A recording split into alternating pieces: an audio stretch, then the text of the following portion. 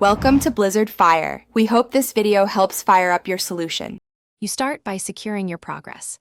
Backup saves and the game folder now so you can restore if needed.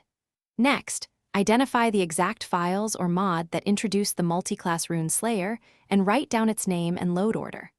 While doing that, disable unrelated mods temporarily to reduce variables. Once you have the mod or file path and a clean load order, you're ready to remove the harmful class entries without corrupting other systems. Now remove the class entries.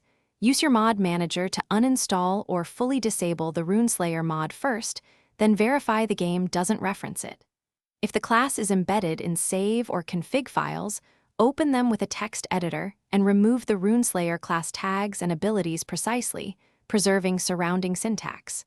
Make incremental saves of modified files.